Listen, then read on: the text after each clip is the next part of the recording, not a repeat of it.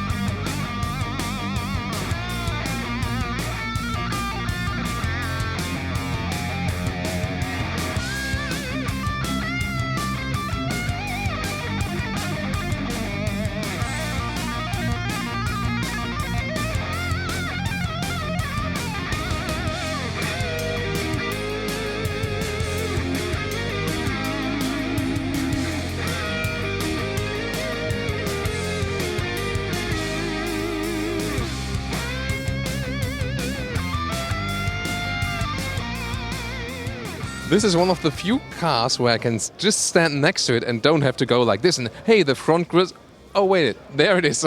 So I can relax and just stand up. Also the turning indicators are still with this bulb here on the top.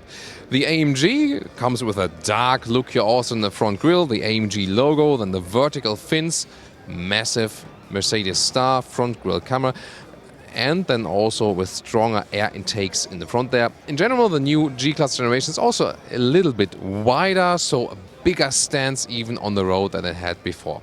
4.82 m or 15'8" is the length of the new G-Class, so also 5 centimeters longer just a little bit. And wow, here in the V8 AMG, we also have the 22-inch rims, the optional biggest one that are available. Wow, this is really massive. Also with the AMG model, you have bigger wheel arches, so a little bit stronger even. You could even stand on those. Then you have the side pads here and special thing with a side exhaust down here. And one of those has a special exhaust valve which then opens then in the sports mode to give you the real punch sound-wise. Other than that, this is all still classic G-Class with the very upright building. So much different than all of the new SUVs. But it is actually still very high in the price. You know, starting with the 100,000, and then if you go for the top spec AMG, you can probably just double that. And interesting, I'll already do it right now. The door sound has remained the same. Again, there we go. And also when you open it already. So. And customers still want this very unique door sound that you basically have a door sound from 40 years ago in a today's car. And that's how the G63 looks like from the rear here, also with the attached replacement wheel. Very important for off-roading, but well, will this AMG be going off-road? I'm not so sure about that. Classic box styling, a little bit different here with the tail lights now. They're very tiny considering the car. 170 kilograms is, by the way, the weight saving, but still 2.4 tons in total weight. And then you can also open it like this. This is also the reason always when you see those rear hatches opening like this from true off-road vehicles, because the steering wheel is so heavy. We're just putting that here. They also have a stitching at the inside of the door right here, classic handle, and then very square dimensions, so you can easily load things in and out. However, considering the width of the car, you still lose a lot of space, of course. But, I mean, you could easily carry a dishwasher in here. So this is the 4-liter V8 engine. You also get this one basically first in the G500. That's the base engine. We've also presented you that one earlier already. Same capacity, but different horsepower, 422 horsepower. And then this one here. This one is a true AMG engine, one man, one engine concept. See the guy who built this engine by himself, basically, one by one piece. Also 4-liter V8, but here then with 585 horsepower.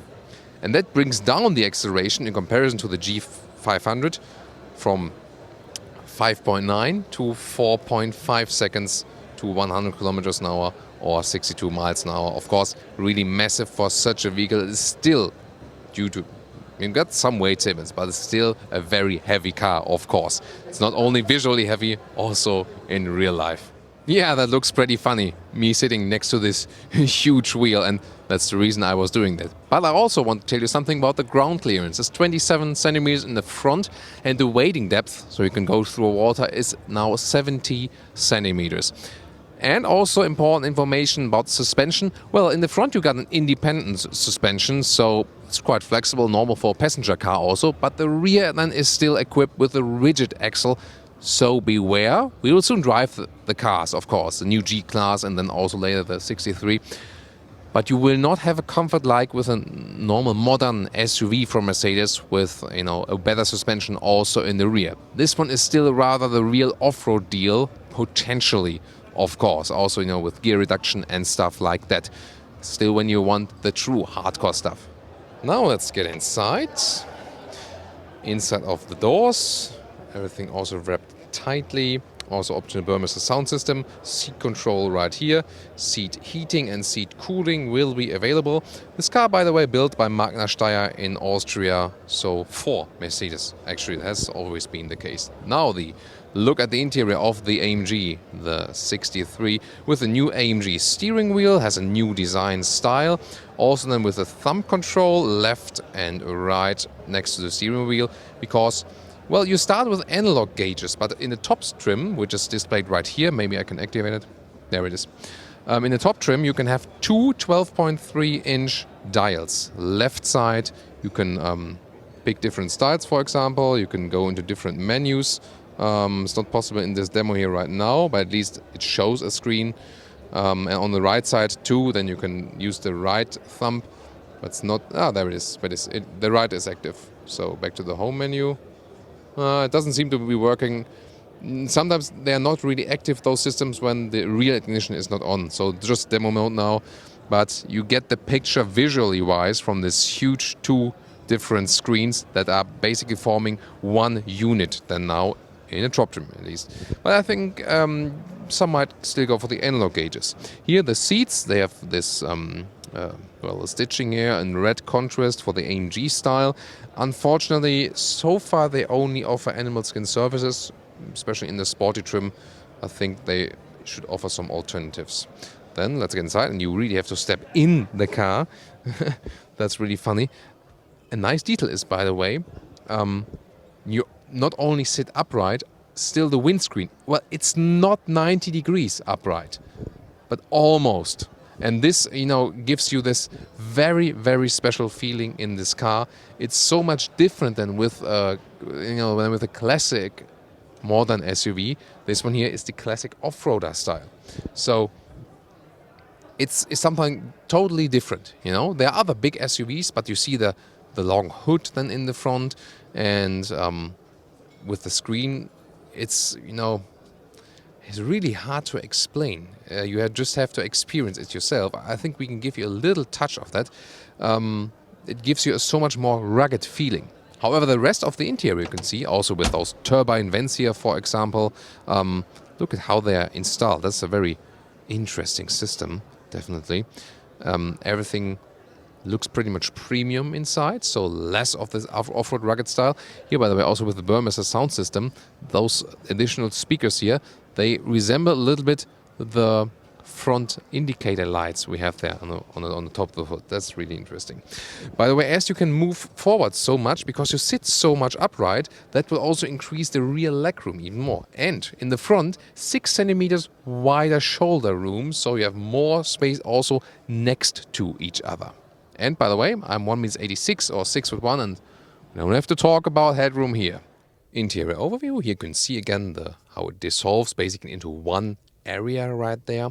Then this panic handle here for the co-driver, especially for off-road use. Then the different differential locks here.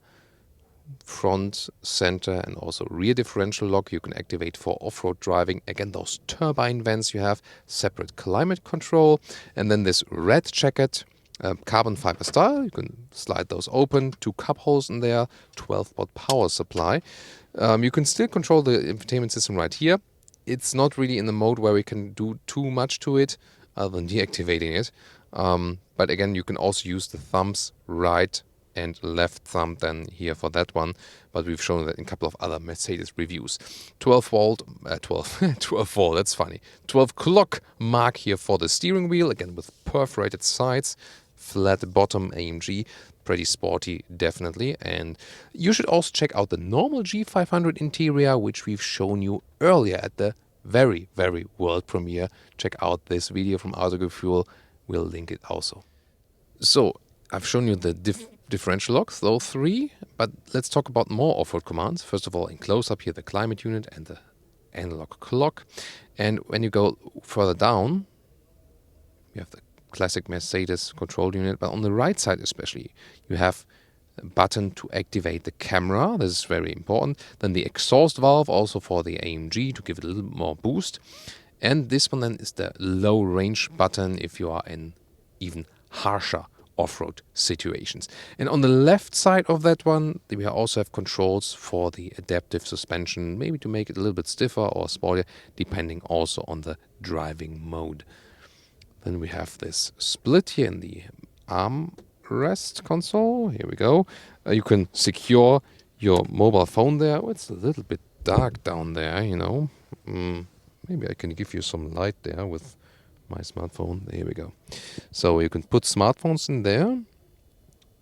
And then 2 USB ports. One for connecting directly for the smartphone media interface and one just for charging. And on the top part here, you can have a glass roof. You can also open, and you can also close a shade right there. This is still manual, but why not? The electric glass roof then can be opened electrically, of course.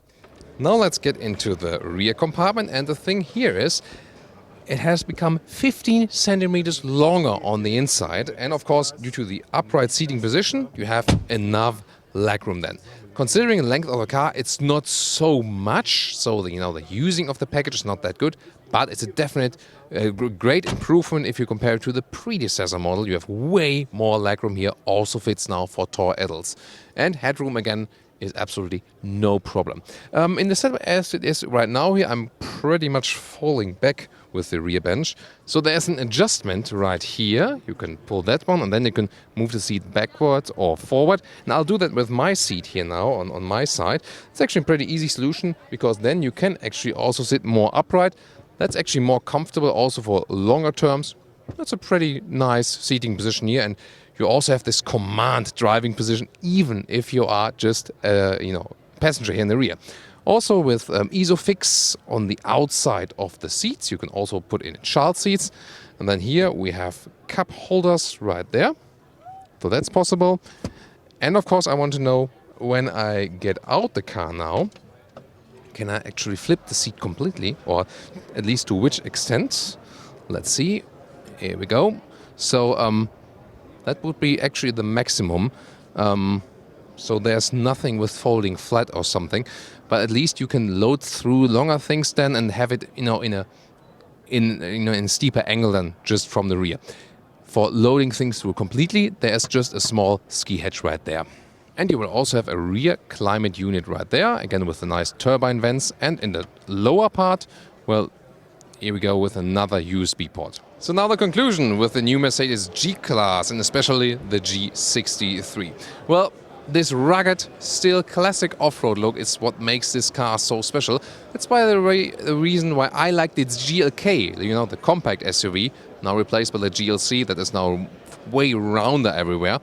Well, in the new G-Class generation, they have not gone this way. They kept it in this classic look. And the big problem I have with this car is that it's too expensive with 100,000 euros base model for the G500. And I mean, to build this car, it's maybe like 25,000 euros maximum, and the rest is margin for the brand.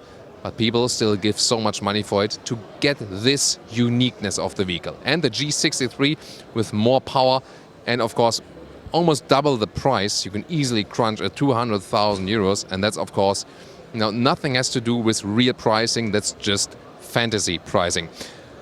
The interior, I think, has been reworked pretty much. So you have a good modern interior, but still with a lot of, edgy elements, angular elements, which also transport this rugged feeling to the interior. And of course, more rear legroom. They've really worked on that.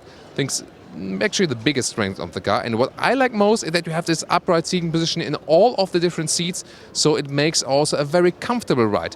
Soon we'll check out also the driving experience. Then we will see how that one turns out from driving, if that will be also comparable from SUVs or not. Join us then, and what you think about this one here, tune into the comments now.